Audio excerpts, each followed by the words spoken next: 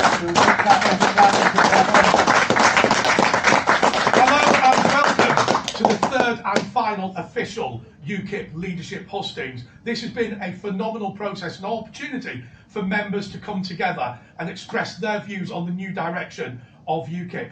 Look, I think, as somebody who's not a UKIP member, I think there is no political party that has made a greater contribution to the constitutional development of this country. Brexit would not have taken place without UKIP, but obviously, once Brexit was partially achieved, UKIP started to struggle for its role in the world. I think that's a fair comment to make, and I think now this is an opportunity to re-envisage what UKIP is going to be. We've got two excellent candidates in Bill Etheridge and Lois Perry. Look, I believe that you know them already, and so what we're going to do is ask each of them to speak just for a couple of minutes, and then we're just going to go into some questions and talk about all of the issues that are facing this country and this party. My hope at the end of this, as somebody who is not a voter in this election, is that you will have a greater understanding of which way the party should go.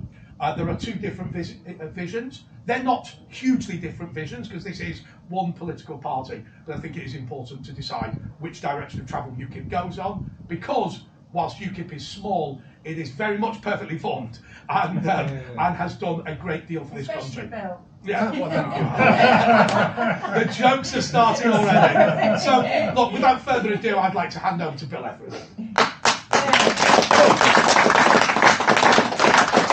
Well, thank you, ladies and gentlemen, and as Lois says, perfectly formed, but maybe not so small. This is going to be an unusual hustings in as much as we do tend to agree a lot, because why shouldn't we? We're in the same party. And that's one of the things that UKIP has made mistakes on in the past. We've attacked each other more ferociously than we've attacked the people we should actually be going after. That is gone. This is a new beginning, a whole new start for the party and for the movement of freedom in this country. I represent, perhaps a little more than Lois, a link with the glorious past. I used to be an MEP. I first joined the party back in 2010, but I'm not that old before you start. I'm not that old. And this tie is the Cranks and Gadflies tie that was awarded in tribute to Michael Howard when he referred to us as Cranks and Gadflies all those years ago. So, yes, the past was great. I played a part, I was a councillor, I was an MEP. But the future is far more important. We thought we'd won a victory with winning the Brexit referendum. It was a hollow victory, ladies and gentlemen. And this is why I, today, will be addressing my comments not just to the people in the room and to the UKIP members who will be watching, but to the broader public. Because I want you to understand the new meaning of this party. A few years ago, during lockdown, when we were told we could only go outside and exercise for half an hour, well, there's nothing more guaranteed to make me go out for longer when someone's saying you can't. So I got some great exercise. It was brilliant. It's the most fit I've been in years. And I went on a very long walk, and I went past a GP's surgery, and I saw an Indian lady hammering on the door of the GP surgery, crying, weeping. I went up to her and asked her, what's wrong? She said, I think I'm having a heart attack. Last night, I went to the hospital. They told me to go. It's a panic attack. Go and see your GP. She couldn't get a GP's appointment. She was hammering on that GP surgery door. They opened it a crack, and masks covering their faces stood a metre back, as if she had bubonic plague. They told her she couldn't come in. This lady was having palpitations. Now, panic attacks were not that unusual during lockdown, because it's an unpleasant and unusual state of mind for humans to be imprisoned in that way, and to be told 24/7 you're all going to die because someone's going to cough. The reality of what happened in that time is that oppression was tested on the British people for the first time, and they were amazed at how successful it was. Yes. It's given power to their elbow. They're now going to use it for climate change issues. They're going to use it for everything they seek to do, because they've seen if you frighten us, we may just comply. Well, ladies and gentlemen, watching at home, if you believe that that was wrong, if you want a party that will not only stand up for the people who have been coerced and forced into having these jabs and are now suffering as a result, will stand up for them, for the vaccine injured. You want a party that will fight tooth and nail against further oppression and lockdowns. You want a party that will stand against corporate powers treating us like dirt and stand for our individual rights. This is going to be your party going forward. And we're going to hear a lot about climate change. Well, the climate lately has been horribly oppressive. The climate lately has been keeping us down. I want us to be the party of climate change. We're going to change the political climate. When you've got a period of oppressive weather, what do you need? You need a good storm. You need a good storm to change things. And after the storm, you breathe the fresh, clean air of freedom. Well, ladies and gentlemen, we are the storm bringers. And if you are looking to oppress the British people or anyone else, thunder and lightning is coming your way. Because we will no longer accept the behaviour of the ruling elites, of the World Economic Forum laying down rules for our puppet politicians to follow. We will address them at every stage. We will involve ourselves in the intellectual, political and every other argument at every level. And I urge you, if you're watching this and you have some interest in the issues that I've raised today, join UKIP or listen to more of what we've got to say. Whoever's the leader, whoever leads us, this is the only route. We are not a failing tribute act like the Reform Party. We are not owned by corporations and the establishment, by the big parties that take it in turns to swap power. We, the people, represent you, the people. Thank you.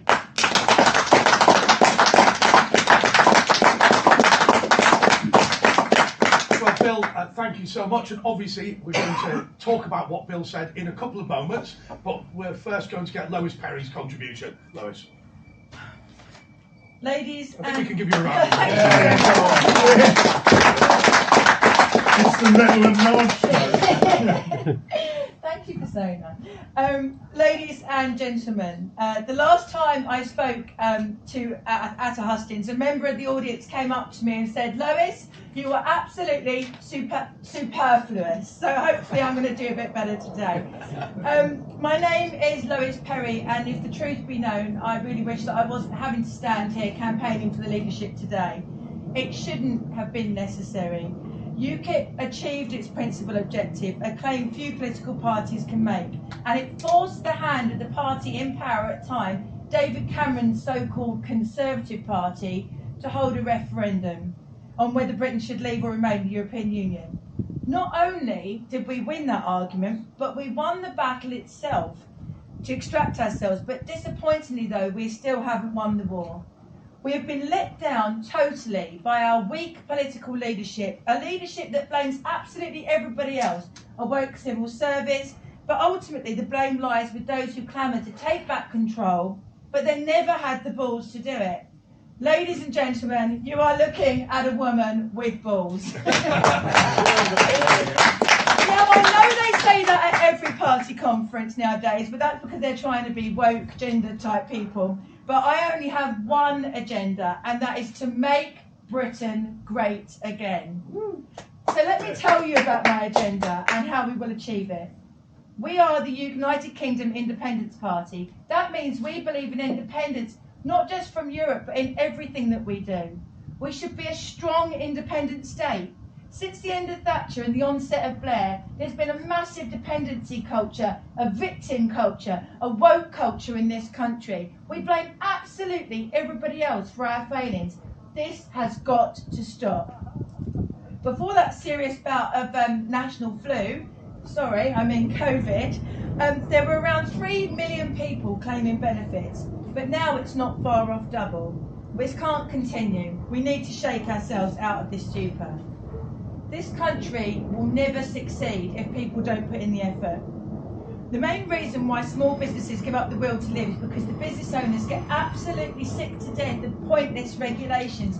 We should have dealt with this when we come out of the EU, but we haven't dealt with it because the civil service are basically proxies to the European Union. They've been so used to being told what to do. Now they've actually got the opportunity to actually, implement government policies. They don't want to. One of the key opportunities for those of you who know me, the lucky ones, you will know that for the last few years I have been campaigning vigorously against our completely deranged net policy through my organisation Car 26. And I believe that this is one of the most important issues of our day. And what I've been campaigning for aligns perfectly with UKIP objectives. I believe that UKIP should be the party of energy independence. I believe we should be fracking, and I believe we should be reducing our dependence on all of these countries. If we could be sanctioning the Middle East at the moment, like we have done with Russia, then we could end the situation in Iran straight away. But we can't, because we're totally dependent on their oil and gas. UKIP has always been concerned about immigration into the UK, and whilst these concerns were often unjustly described as being xenophobic or even racist, more people are coming out of the woodwork now. This isn't about the colour of your skin. This isn't about religion. This is about values, whether you share our British values. And I think we've seen with all these hate marches, these pro-Hamas marches every Saturday, there are a large amount of people who do not share our values. We need to do something about that.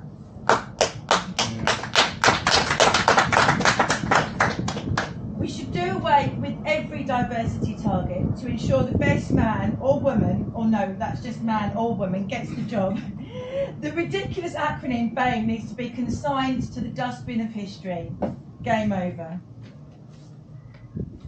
Brexit showed the politicians that the British people were fed up with the old way of doing things, and despite all the warnings, they were prepared to take a chance on change. Big, bold change. But they never got it. For the last 12 years, the Lib Dems have become irrelevant, Labour have no new ideas, and the Tories have literally been asleep at the wheel. Well, I say to Rishi Sunak, UKIP if you want to, and to everyone else, I say UKIP because you need to. Thank you very much.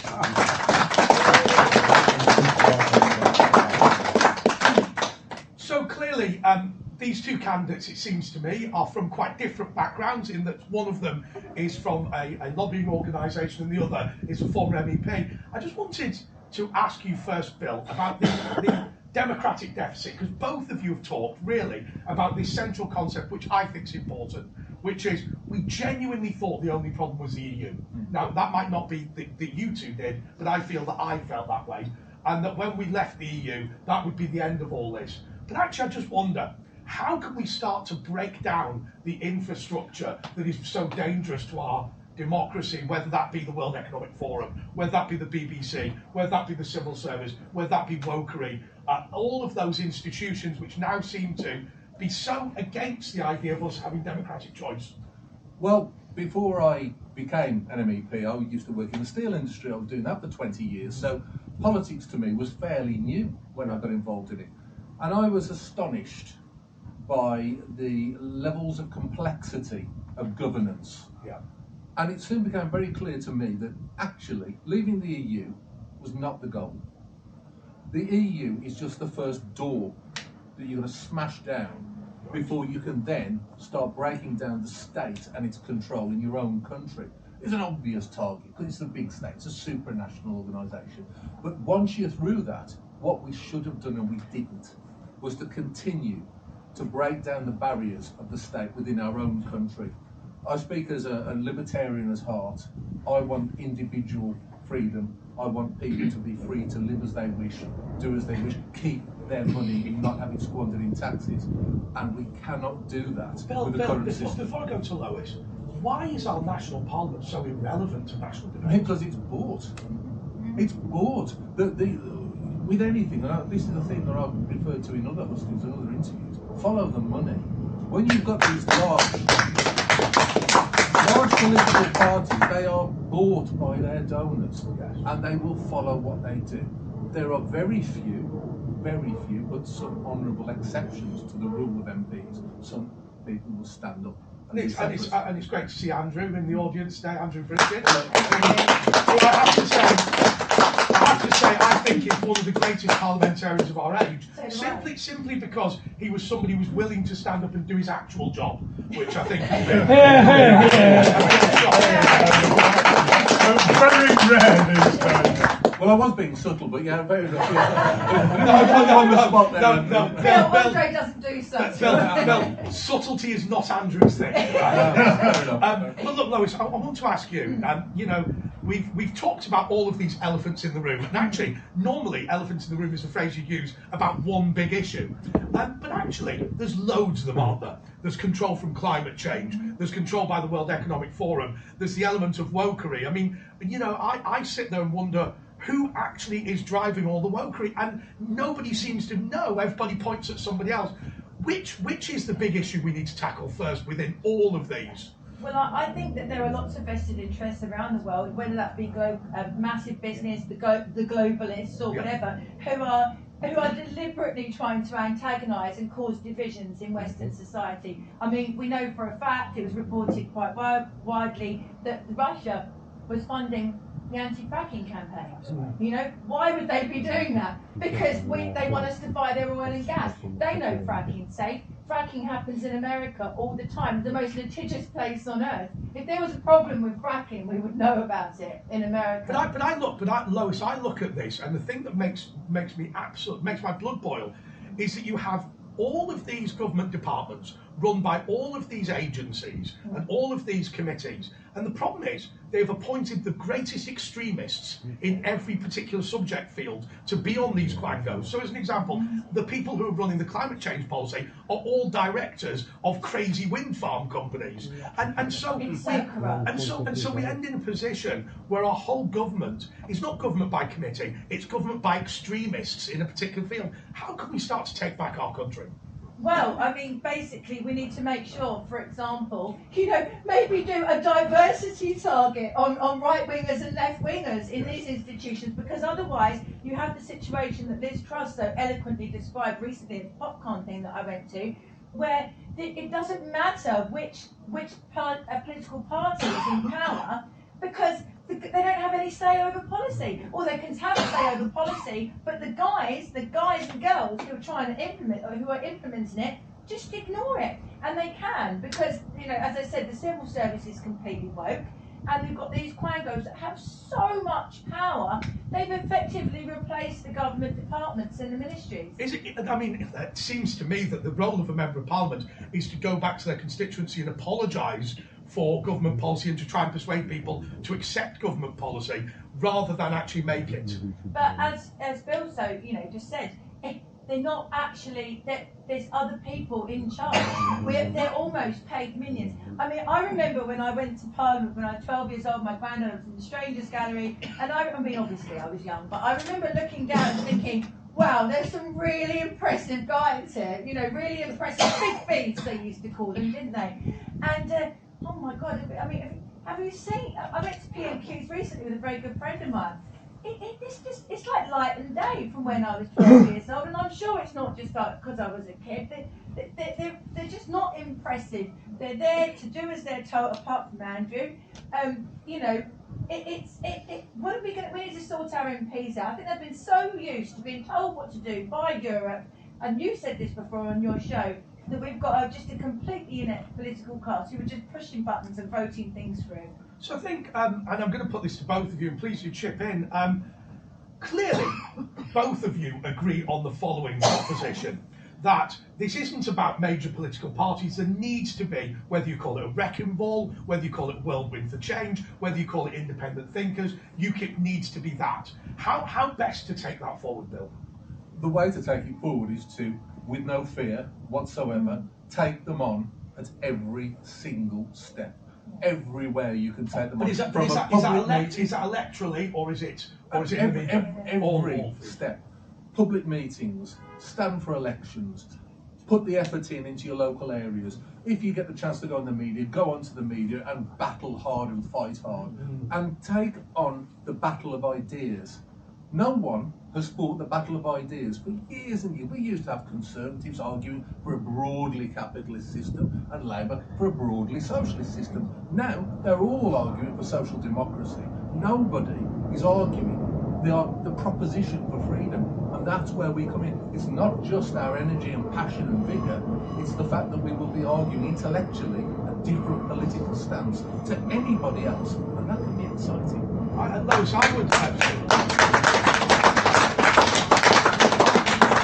Lois, I'm making my policy not to slag off fellow right-wingers, but it seems to me that there are some people who've broken away from the Conservative Party who really, their problem with the Conservative Party is personality rather than political.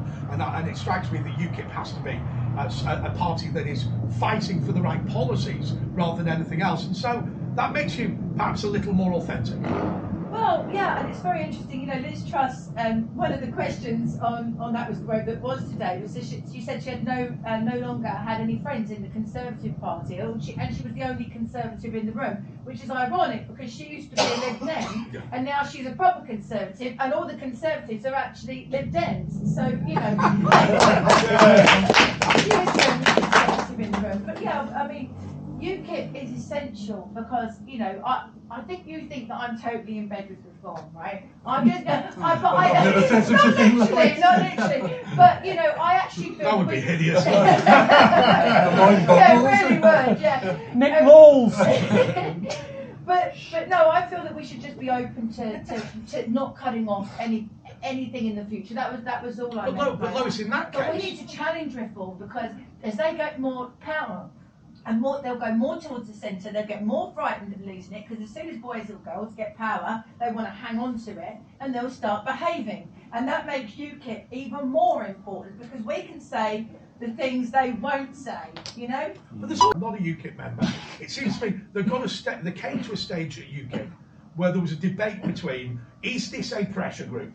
Or is this a political party that wants to win elections? And I don't know which of those you have to be. And I don't make any judgment on it. But what's your view on that, Lois? Well, UKIP has a wonderful history and it's going to have a wonderful future. We have proved that we're electorally successful, and you had a lot to do with that, you know, as did Nigel Farage, love him or hate him. So, you know, we are different to Reform in that they're not a normal political party, and they don't have members, and they don't have, you know, all of the things that we have. So that's our unique selling point. That's what we can do. That's how we can present ourselves. You can become a member. You can vote. You can have a say. People's Party, 100%. There is one other point I want to ask about on party tactics, because obviously the majority of people watching this are going to be members of UKIP and are going to want to know about the future. For those of you that aren't members of UKIP, we're going to come on to some of the policies and discuss that with the candidate. But I think one of the problems that UKIP had in the past was that they had one person who was unbelievably famous. And actually, as somebody who works in television, I do accept that it's very, very difficult when you get a press request for, say, a Nigel Farage character, to then try and promote somebody else. What are both of you going to do, and I'll start with you, Lois, to ensure that it doesn't just become a one-person party? Because that has, whilst having Nigel was hugely beneficial to UKIP, I think it did damage its long-term viability. Is there any particular reason why you're asking me the question? Do you think I might hog the limelight, Andre? And I don't know what could have possibly given you that impression. Well, he'd be bigger on TV, I reckon. Absolutely. No, I think it's essential that, you know, if you have spokespeople that you've nominated, that you push them just as much. But you can't get away from the fact that, as you say, like Nigel or whatever, there are people that have that ability to communicate, and that's why they're the leader. You know, because normal people associate with them and identify with them. And I'm not, you know, actually I'm going to blow my own trumpet. That's the point of me being here, isn't it? You know, I do think that I have the ability to people and they identify with me, and I think UKIP. I've got to work. I've got quite an interesting background. I've got an entrepreneurial side to my family, quite upper middle class, although self-made. And then I've got an extremely naughty side of my family, which is my dad's side. And I see all the things that people talk about. I see people being on benefits, people having paid babies so that they don't have to work. I've seen it all. I've got literally a gene pool at war with itself constantly, and I think that gives me an ability to identify. I've been to that nightclub as well. I do think it gives me quite a good grounding. So Bill, obviously, you're going to come to this with a different perspective simply because you were one of the people in the European Parliament who had a system rigged against you, really, and made it very difficult for you to put your best foot forward. How do you ensure that UKIP has a multifaceted team? Well, for a start, it never stopped me. And as anyone who watched you in those times will know, it never stopped me. The point of the matter is UKIP has some up-and-coming stars within it, has some people within it who are very, very capable, has some people in it who've always been very capable, and they've been starved of the limelight. Now, what happens when you get one person, and Nigel, wonderful for a period of time, as the leader of UKIP, was hogging the limelight, and he loves it, and fair play to him, he dines out on it, superb. But it left no opportunity for anyone else. Under my leadership, I will of course take on the heavy lifting, but I will make sure that everyone is promoted through to get their opportunity. And we talk about policies as well that was just discussed. The policies in UKIP are currently undergoing review. There's a policy committee. We have a policy manifesto that is contributed to by the people within the party. Now that is the difference between us. Now, I don't think you're in bed with the whole of the Reform Party, and I've never said that, or in any of them, even any of them. However, I do think that one of the big differences between us, and me and Lois agree on so much, it's unbelievable. But on this one thing, there is a difference, because UKIP is a political party. We are here to win seats. No, let me finish. We are here to win seats and to win representation. We are not a pressure group. And if we go around saying, oh well, Reform, some great people, Nigel, etc., great people, what's the point of UKIP? We are different. We are the party of the people, not a company designed to give media attention to a handful of very rich men playing politics at the top. Well, yeah. So Bill, this is something that we talked about off camera, but I do want to mention it to you because it seemed to me as an outsider that the major problem obviously was with Nigel Farage, and this is not an opportunity to either venerate him or slag him off. There is a future for this political party. But really, Nigel believed fundamentally that UKIP's role was to force the Conservatives to be more conservative. And then and I think there was a period of time when that was fantastic. I mean, I remember, in fact, I'll tell you this story. I worked for the Member of Parliament for Morecambe, who had a majority of 866, and he was in favour of the referendum, but he wasn't going to vote for it. And Nigel Farage moved the regional headquarters of UKIP into our building. And I saw Nigel and said, how can you do this to us? And he said, because if I don't bully Conservative MPs, none of this will happen. They love their power more than they love the EU. That's probably not true in the Lib Dems and Labour, but it is true in the Conservatives. Now look, there was a role for that. And I suppose it's always fascinated me as to the extent to which you engage with other political parties to bully them and the extent to which you don't care what they think. We are a standalone political party. I don't care what other political parties do, say or think. I was based in the Midlands doing most of my campaigning and worked up in the north as well. We were taking on Labour. Yeah. Nigel's had his tactics and he still employs them now with Reform, where they're trying to get what they want out of the Conservatives. We don't give a damn about that. The most of the UKIP membership and the people who vote for UKIP and will vote again for UKIP want us because they want what we offer, which is distinctly different. No backroom deals, no grubby little handshakes, no smoke-filled rooms. We will not do. That's not possible, is it? Really? Well, no. Well, I wish it were, but we will not do deals. Exactly. I do not accept the need for doing these kind of deals, particularly with people like Reform, because if you do a deal with the devil, you will get stung by it. And that is exactly what they are.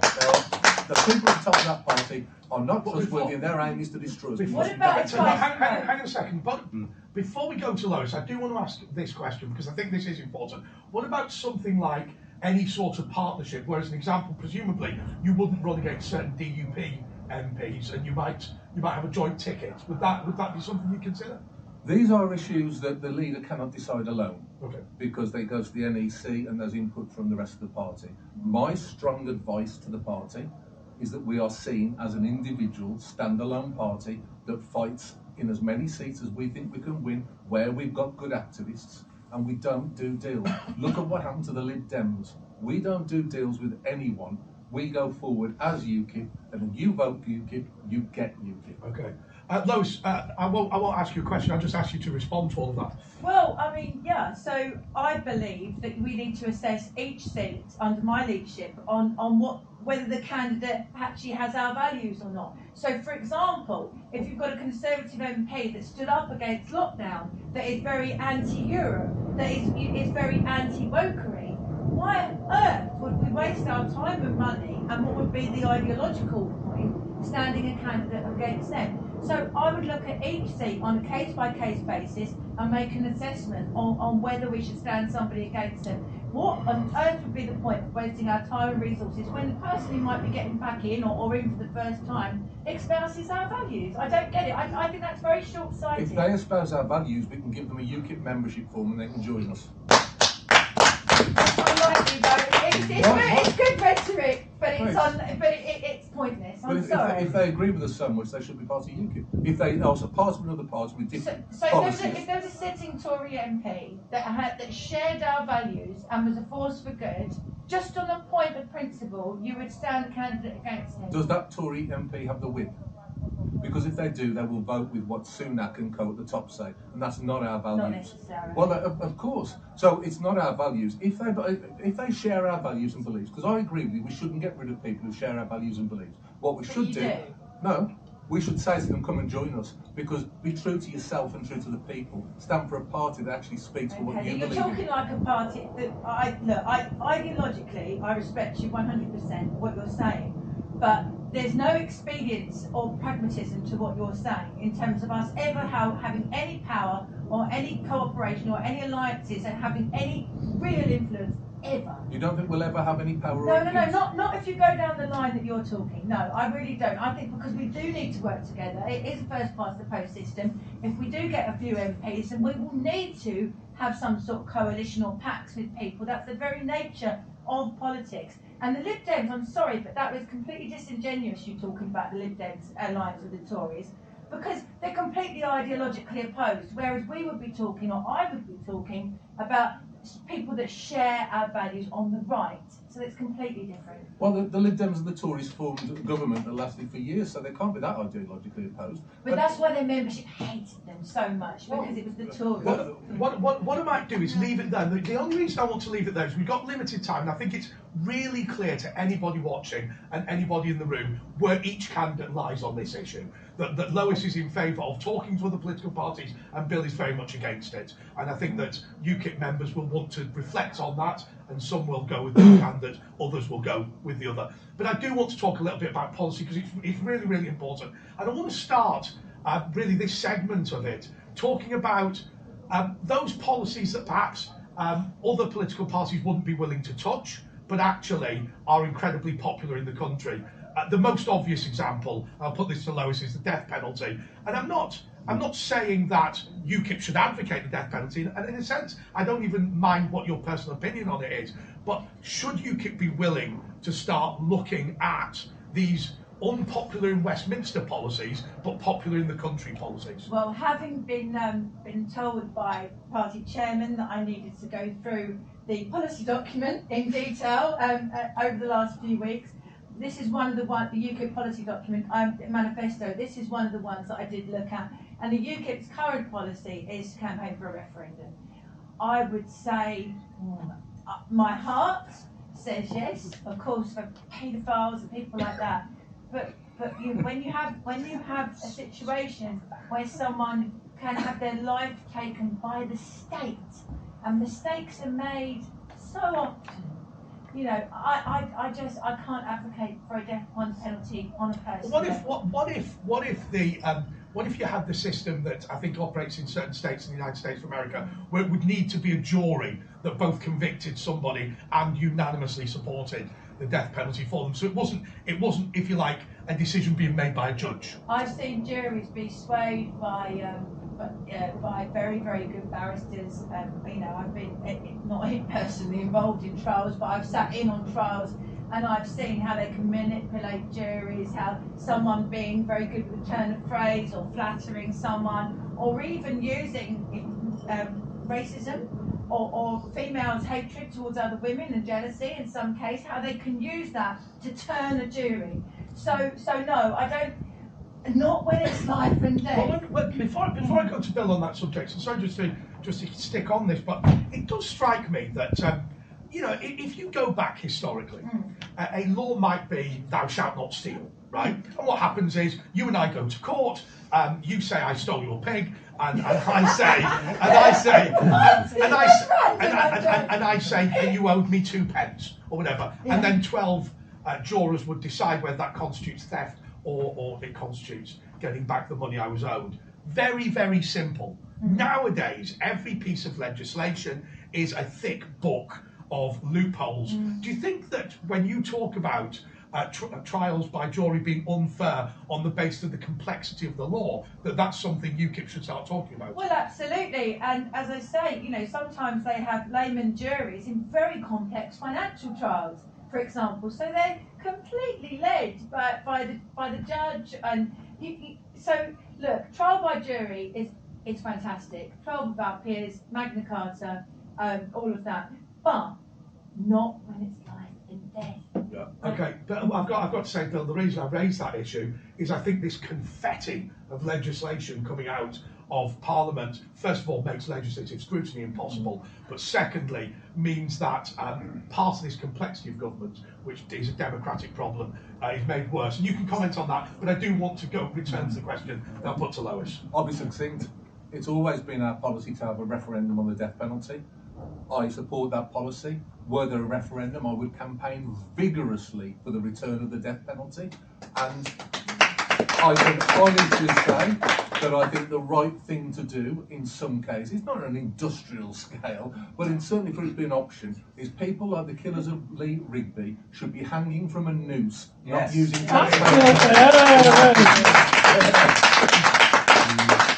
And that really brings me on to an important issue. It's going to be an important issue for us. I am perfectly in favour of immigration, as I'm sure most people are, when it's appropriate and when it's the right people for the right jobs, when there's no skills in the UK. We have now started to use immigration as a way to change this country. What are we going to do about it, Bill?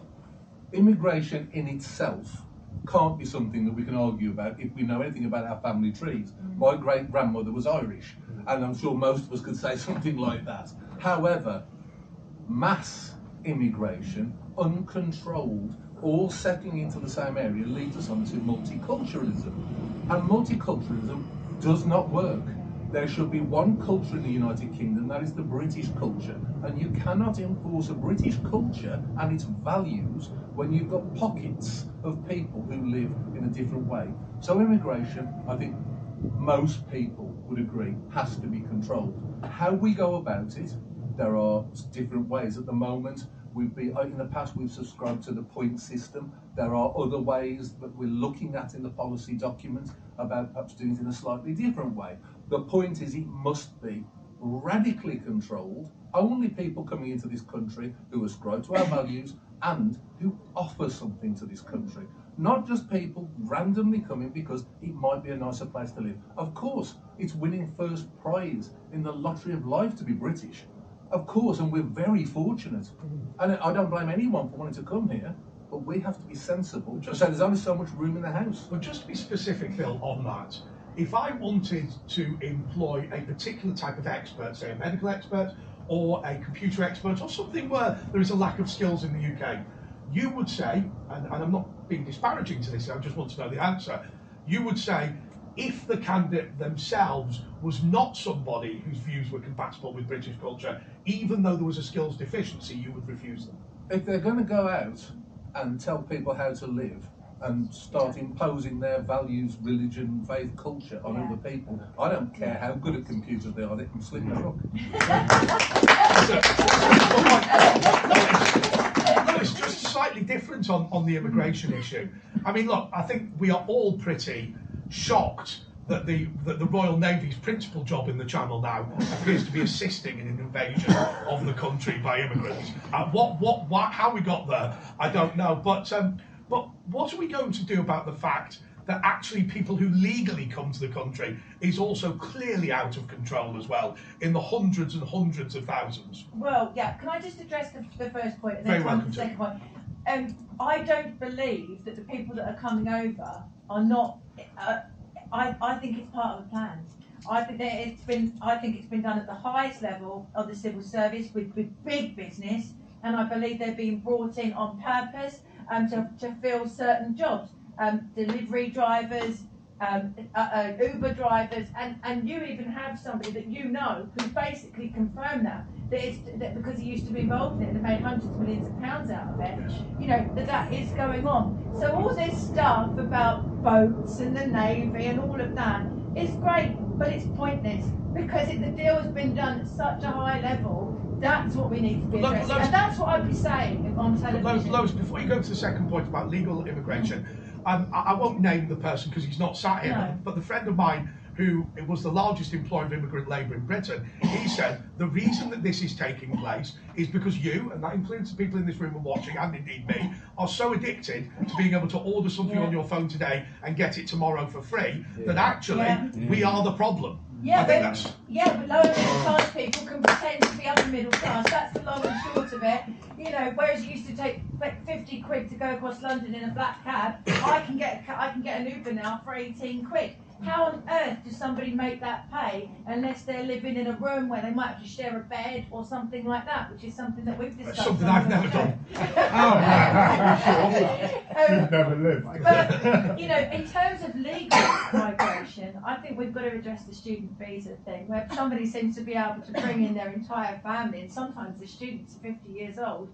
You know, all of those loopholes need to be massively addressed. I had a caller on my Friday night show who made a joke, but when we dug into it, even though the comment was amusing, he said he was being entirely genuine, and the comment he made was that he was shocked about the number of gay Christians who attended his local mosque. Is that And when we talked to him, he was being entirely serious. But immigration is changing our country, Bill, and whether it be legal or illegal immigration, we've got a problem. And on legal immigration, what would UKIP do?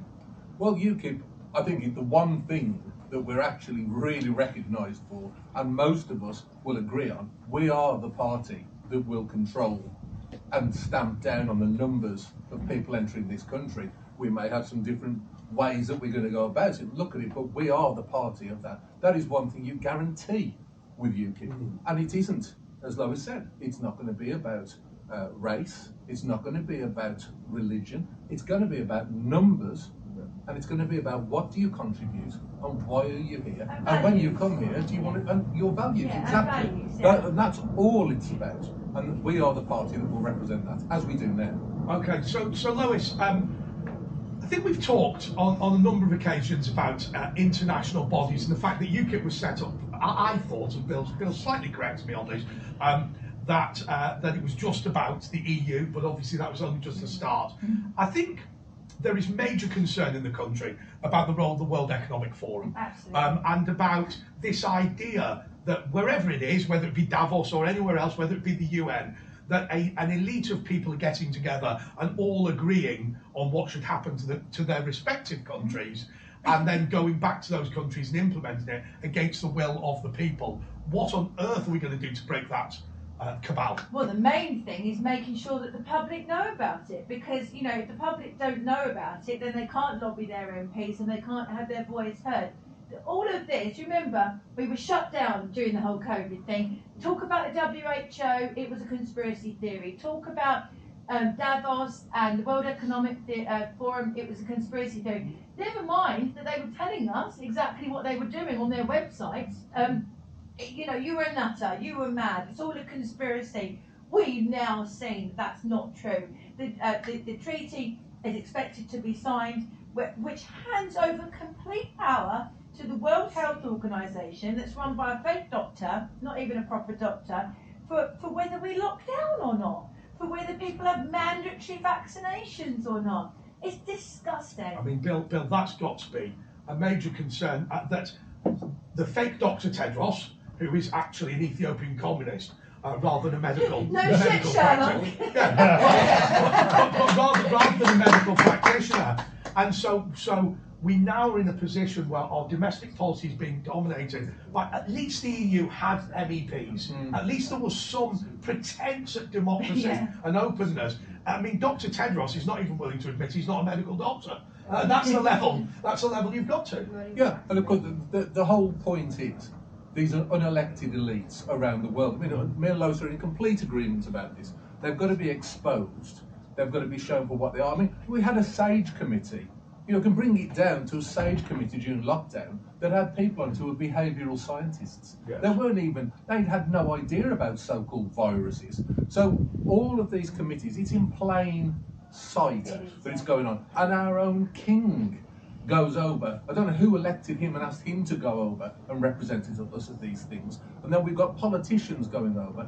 The only difference. Are you anti-monarchy? Are you not I'm anti-unelected people representing the country in I political believe in king status. and country Well, wholeheartedly. we better do away with Parliament then. But I actually think we should have MPs. Sorry, I just want to check up on that. So, I mean, look, the king does have. You're a Republican. Give me a second. The king does have a role. Do you want the king to maintain his position, or do you support an elected head of state? We had a queen for a great many years who did her role without showing any political favour, one way or the other. She certainly said things to politicians and gave them advice and guidance, but nobody could tell you which way she was swaying or thought on things. We currently have a king. Everyone knows his politics. Please can I pick Bill up on this? You just said two completely contradictory things. You've just said you've got a problem with an unelected head of state, and then you praised the Queen. I didn't say that. Oh, you didn't say that? I said I've got a problem with an unelected person representing us and giving his political views. Oh, well, I agree. I mean, we will move on in a second because I do want to talk about Britain funding terrorism and concerns about the United Nations, because I think the fact that we are a funder of terrorism in the Middle East has to be a concern. But look, how on earth would we prohibit the monarch from doing the job in whatever way they see fit? Well, the monarch is a constitutional head of state who is not supposed to, we did have things like civil wars and beheadings of kings a few hundred years ago that stopped the monarch being an absolute authority. But they are a figurehead. But legally, there to do what the politicians who are elected by us tell them to do. Now, we should have elected politicians. Where we slightly differ on this, because we both agree with taking on these global institutions. Absolutely. But my view is that eventually, if we do this properly and we work for the people, we will get MPs who will fight to stop this happening. And that, for me, through the electoral democratic process, is how we stand for democracy and how we fight against these supranational institutions. Yeah, we need MPs to have power again. Yeah. Now, look, I don't particularly want to focus on one country regarding international relations, but there is an obvious issue related to the Middle East, and that is the initial incursion into Israel and the subsequent responses of various countries. Look, I would say it's for Israel to defend itself, but at the same time, there is increasing evidence that the United Kingdom and other well-meaning countries have been financing terrorism in the Middle East through international bodies, including the UN. What's your policy on that? Through international bodies, including the EU as well, who were sending aid to these people in Palestine and so on, and that was being siphoned directly off into terrorist activities. And when I was in the EU, we saw a little girl from Israel who was covered from head to toe. She had awful burns because she'd been trying to go to school and a terrorist had attacked the school bus, and she was burnt to within an inch of her life. And we met that young lady who's still continuing her education, and God bless her, she was so brave. So all of this aid that's being sent, no one knows who's siphoning it off and what they're using it for, or in case sometimes they do, but we don't know as a people. No. And the issue is we stop randomly giving this money out for a start. On the broader issue, which I think you'll come on to about Israel and its activities, I believe personally that the state has a right to defend itself. However, as UKIP, we are not a party that on foreign policy affairs gets involved in these matters. We get involved in what suits the United Kingdom and what goes on in other countries. We don't support sending troops, money, etc. into foreign wars, including the Ukraine. Okay. So obviously, Lois, I mean, international terrorism funded by the United Kingdom, and once again, it's a situation in which our national parliament appeared unaware, and I believe that most MPs are crap but genuine, which is a bit of a sad state of affairs. But you know, the national parliament was unaware, and yet international bodies that were originally crafted for us to come together have been hijacked. I mean, if you look at the UN, you know, initially after the Second World War, the idea was, wouldn't it be great if all these countries came together? Of course, what we forgot was the vast majority of countries are dictatorships, and therefore, if they vote by majority, that diminishes British democracy. Well, absolutely, and as you say, the irony is that most of the countries that are within the United Nations and get a chance to vote on UN policy and everything don't have democracy in their own countries, which is very, very strange. But we should 100% be supporting Israel, and I think we should be supporting Israel in every single way that we can, because they are the last bastion between us and radical Islamism, and we have seen that it does affect our country, what's going on in Israel. You see these people that are third, fourth generation that don't share our values marching on the streets every Saturday, intimidating. Agreement on approach here, and nothing wrong with that. Under what circumstances would you send the British military in, and in what format? Because I think that there's going to be a lot of people watching this who will say that there are certain military incursions, say the Falklands, which are clearly justified, and then perhaps we were all pretty badly burnt by the Iraq situation. Under what circumstances should Britain act militarily? Well, when you've got Iran attacking Israel through their proxies, and you've got also Iran through their proxies attacking our ships, you know, there is a point where we're going to have to say, what side are we on? Are we on the side of freedom and democracy and capitalism and women's rights and gay rights and all of that kind of stuff? Or are we on the side of radical Islamism? So there will be a point, hopefully not, where we will have to pick a side.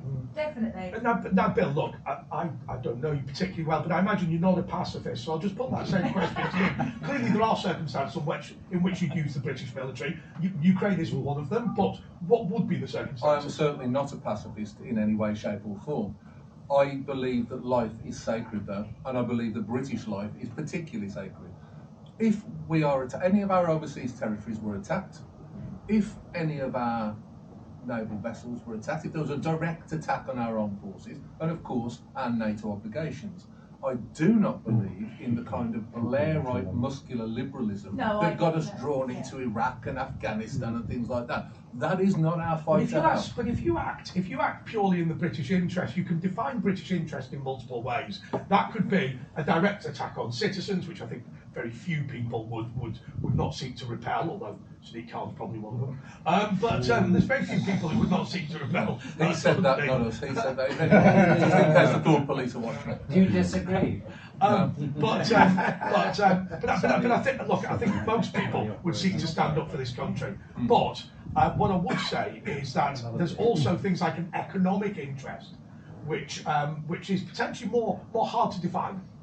I agree with you. However, if you're the father or brother or uncle of a serviceman coming back from a war who's been horribly injured, coming back without his legs and arms, like we saw coming back from Iraq and Afghanistan, for example, where it could be argued that there were not just political but economic arguments behind those wars, do you really think that those people felt that economics was worthy of those kind of injuries, or people coming back in body bags? I am not a pacifist, and I believe wholeheartedly in defending our nation and our territories and fighting with our allies and keeping our commitments. You do know but that I do was the not believe argument that was used to stop Churchill, don't you? That it was people that had had sons or brothers or whatever who had lost people or had horrific injuries in the First World War, that with the very best of intentions, wanted to do everything they could to stop Churchill taking on Hitler and do a deal. But sometimes you have to stand up for what is right. Yeah. What exactly has to happen to the Israeli people for Rishi Sunak to say, oh, you know, please don't use restraint, oh, please use In restraint? what shape or form No, but is a war in Israel what anything to would do you with us? say has to happen for us to say, right, come on, we're going to help you guys? Well, I don't believe that this war is anything to do with us. It's not for our troops to be going. You talk about the Second World War. That was after the Great War, where the most people were killed in a war ever. And what I said just now was I stand by our NATO commitments to our allies, which is exactly what Churchill believed I in think doing. stopping radical Islamism is our consideration. So we go to war with a whole strain of thought across the whole world. When one of our closest allies, a country that we helped to set up, it wouldn't exist without They us. bombed us out of there, Lois. Yeah, look, every country's got a history, but Yeah. we are more closely allied with our Judeo-Christian values to Israel than we are to the radical Islamists in the Middle East. Oh, I agree with you there. Well, you don't. I do. I don't think that because I agree with someone's value doesn't mean I want to send the whole British army I'm in not a shooting advocating war. that, but I'm certainly saying the whole thing about not arming them, that was awful. Unfortunately, Lord Cameron dropped that. Okay, look, I want to move this slightly on because I think it was an intention to talk about international terrorism. I understand that emotions run high on the whole Israel and Palestine issue, but you mentioned, Lois, about hate marches and what went on the streets. I personally think that we were all pretty shocked when Armistice Weekend came about and there was a serious attempt to prevent British veterans and servicemen honouring the war dead by people who, on the face of it, appeared to be from one particular community. I don't think that's exclusively true, but that was the impression that was given. What are we going to do about the fact that, first of all, this uncontrolled immigration means that there are people now in this country who simply do not agree, first of all, with British values, but secondly, with British interests overseas, and thirdly, with our reluctance to become involved in defending countries that perhaps they might have a historical background with. These people, I suppose the point I'm making is, Lois, these people are genuine in their views, but their views are wholly alien to ours. Well, absolutely, and that's why, you know, George Galloway, MP, won his seat campaigning on absolutely nothing to do with the United Kingdom. And if we as a political party say, oh, we don't comment on that, or we don't want to get involved in that, that's got nothing to do with us, how are we going to take on people that are using wars in other countries to win seats in community where there's disproportionate reflection of communities and people who share the same faith? For example, Gaza and and Islam and all of that. So yeah, we need to definitely address it 100%. So Bill, same point to you. Well, first of all, I don't say we don't comment on it, I say we don't send in troops, but following on from that, the issues with people protesting about Palestine fall under the same bracket for me as BLM marches, as green climate change fanatics, as all of these people who seem to come into this city of London and seek to disrupt it to the maximum to push their political agenda.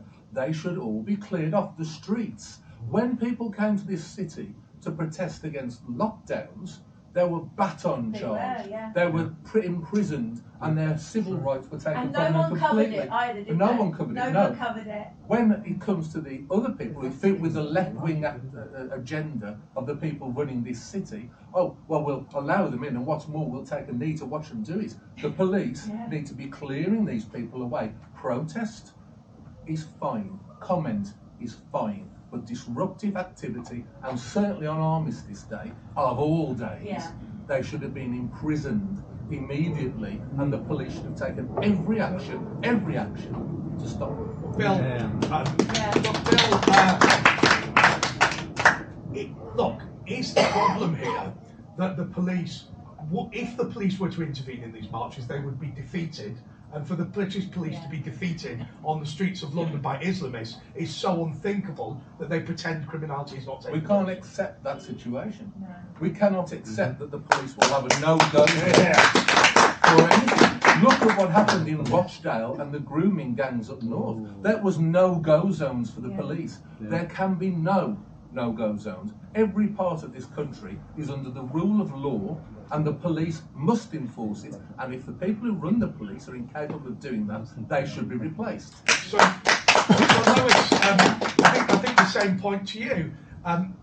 Do you believe that British police now are so afraid of being defeated on the streets that they're allowing these protests to go ahead? And what would UKIP do if you got let's do it this way. If you became the British Prime Minister as UKIP leader, what would you do about policing? Well, the first thing I'd do is abolish the role of the Mayor of London, because the main problem that we've got at the moment is that he's allowing all of these Islamist marches to happen. He's instructing the police not to arrest them. Yes. People are holding up placards that wouldn't be out of place in 1930s Germany. That's okay, apparently. So no, I would put policing back in the hands of Parliament and get rid of the whole Mayor of London. Well, I have to say to you, we had a situation in Finchley and Golders Green where the Member of Parliament, who was perceived to be Jewish, he's not Jewish actually, stood down on the grounds that he was being threatened with death by Islamists. Within weeks, we had Sir Lindsay Hoyle saying that he was changing the British Constitution because members of Parliament were under threat of death. What on earth do we do when there is now a position, and probably the first time since the English Civil War, where there are genuine votes in Parliament being scheduled in order to stop members of Parliament being killed? Well, didn't you tell me that Sadiq Khan used to have an office in with Tottenham or something, but he represented people that were in Guantanamo Bay? He's a dodgy character, and things have gone really, really downhill since he's become the Mayor of London. So yeah, I think Sadiq Khan not being in power is a big one for me. Lee Anderson was completely right what he said. I think I can defend Sadiq Khan in the sense that he is what he is. He is somebody who I don't believe feels any great loyalty to British history, and is much more interested in multiculturalism. That is his values. But Bill, the same point to you about defence of Parliament. Well, Parliament has to be sovereign.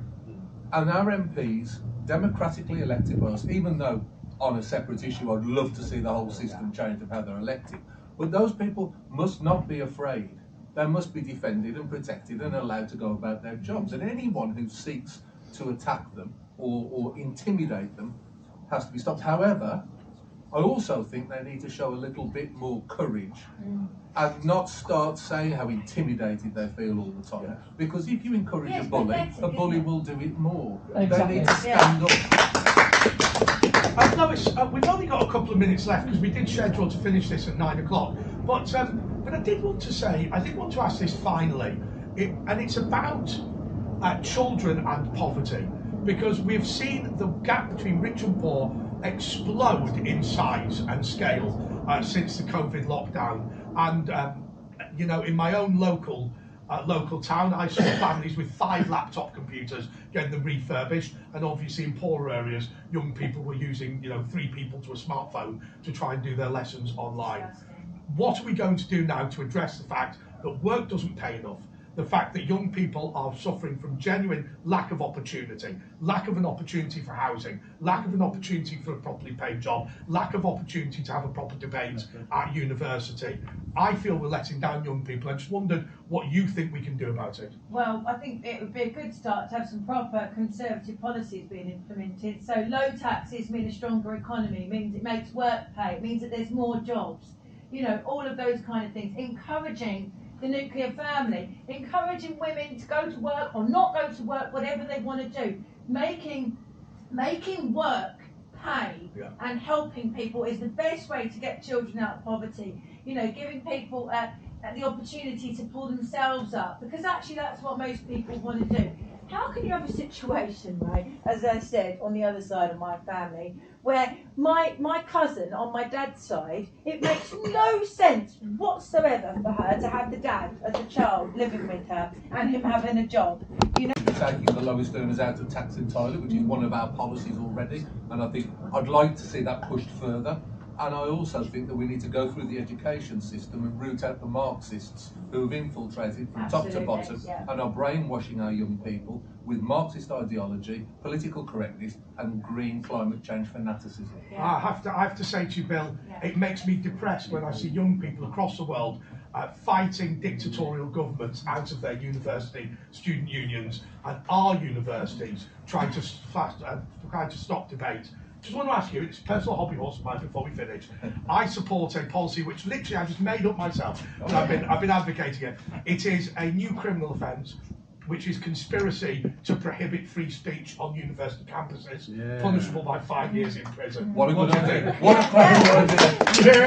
I'm all for that. I think free speech is the very bedrock of our society, and I'm all for that. And what's more, the police should be forced to actually do it and go in there and find the people and make sure they take the punishment. All for it. I think the problem with the police is that they've all come through the woke education system, Yeah. and so they're not the police again. I keep going banging on about my childhood, but the police that you saw on the streets, they look like proper policemen. Yeah. Now you've got, like 4 foot fat women. I mean, it's embarrassing, isn't it? The whole thing is embarrassing. They're not Jane Hunt anymore. They're not going to be that scared, are they? The bad guys, when two Tweedledum and Tweedledee turn up. Listen, 4 foot fat women is my only joy on a Saturday night. Look, ladies and gentlemen, we are coming close to the end of this because we did say we'd finish at 9 o'clock. But I just personally am really blown away by both candidates. They've got a difference of approach, and as I said, you will want to reflect on that in your deliberations about who becomes the leader of UKIP. But I also just want to say to both of you, perhaps now, in my final question, and I'll give you as much time as you need within reason, I just want to ask you this question. I'll give it to you first, Bill. Yep. What is it you now want the viewers and the members of UKIP to know about you and your approach to this job, should you get it? Okay. Well, if I may, I'll speak directly to them. What I want you to know about me is that I believe in the history and heritage of UKIP, but I also believe it's got a great future. I believe it's a party that is for the people, that the people will get a say in. I believe that it's a party that won't be dominated by just one person, but what it will do is reflect in the coming years the growth in concern about issues that we've raised tonight, the World Economic Forum, the COVID vaccine injuries, the lockdowns, the theft of money from the poor and giving it to the rich that we've seen over the last few years. If you want to stand against those things and be part of a people's movement, then I will be honoured to lead and fight shoulder to shoulder with you on the campaign trail, because our future is together as a people's army once again, fighting for freedom and liberty. Lois, Terry, what do you want the viewers and members to know about your approach? Okay, I haven't got a background in UKIP, but I believe that this is one of my strengths. I bring something fresh, I bring something new. I've been leading a very successful political campaign group for the last 2.5 years, and I also have been involved in politics since I was 3 years old. It used to be a bit of a party piece when I had dinner parties. Well, not me, but my grandparents had dinner parties. My granddad would say, "Lois, tell them what you want to do when you're older."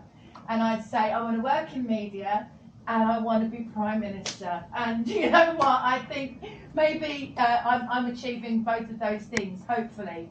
But I believe in libertarianism. I believe that you need to have low taxes, and that makes work pay, and that encourages people to be independent. And I feel that under my leadership, I can bring money into the party, and that also, people do like me, and I'm on the telly quite a lot, and I don't feel that would do the UKIP party any harm whatsoever. So vote for me. Just a very quick final comment to say that often in these debates you ask the candidates whether they'd be willing to work with each other, but what I've seen as an outsider is that this is a political party that is really more united than it's been in a very long time. I want to thank Ben Walker, the party chairman, for putting on this event. I want to thank the members that have come here tonight I will say one thing. Apologies, we started slightly late. There are believers of freedom in this room, and they all went for a cigarette. And the bar was open. The bar was open. But I just want to say to UKIP members, please do ensure that you vote in this election. It's an extremely important thing. As you know, the future of Britain was significantly impacted by UKIP's role in the Brexit referendum and getting that through. Somebody's waving at me from the back. Got no idea why that is. But I'm going to sign off. I've got a question. About Bill and Lois. We finished the show. Two of it for me. Go on. Right. Hope not hate. Yeah. Look at the tweets of some of the UKIP candidates coming at the general election, and they threaten that you'll be smeared in the Guardian. No, bring it on. Oh no. Yeah. How would you deal with that? So I just want to be clear. So we had kind of finished the show, and also, given that man is not mic'd up, it may be possible you don't know what he said. What he said is, what should we do about hope not hate? Very quickly. Ignore them. Okay. Yeah, absolutely.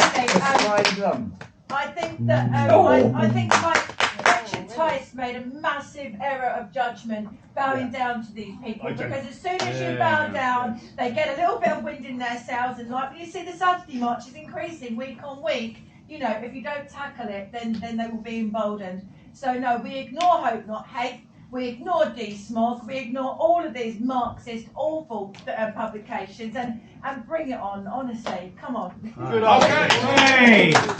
So what I'm going to say to you is, this isn't the BBC, so there's no auto-cue, but let me tell you, presenters on Talk TV and GB News can actually do the job, so they don't need a script to work on. So I can finish the show again by thanking both candidates, thanking you, thanking everybody who was here, including the one heckler at the end. And to say to you, this is an important job, this is an important challenge. UKIP has had good times and bad times, but they've always risen to the challenge, and I look forward to hearing from you all in the very near future. Thank you so much.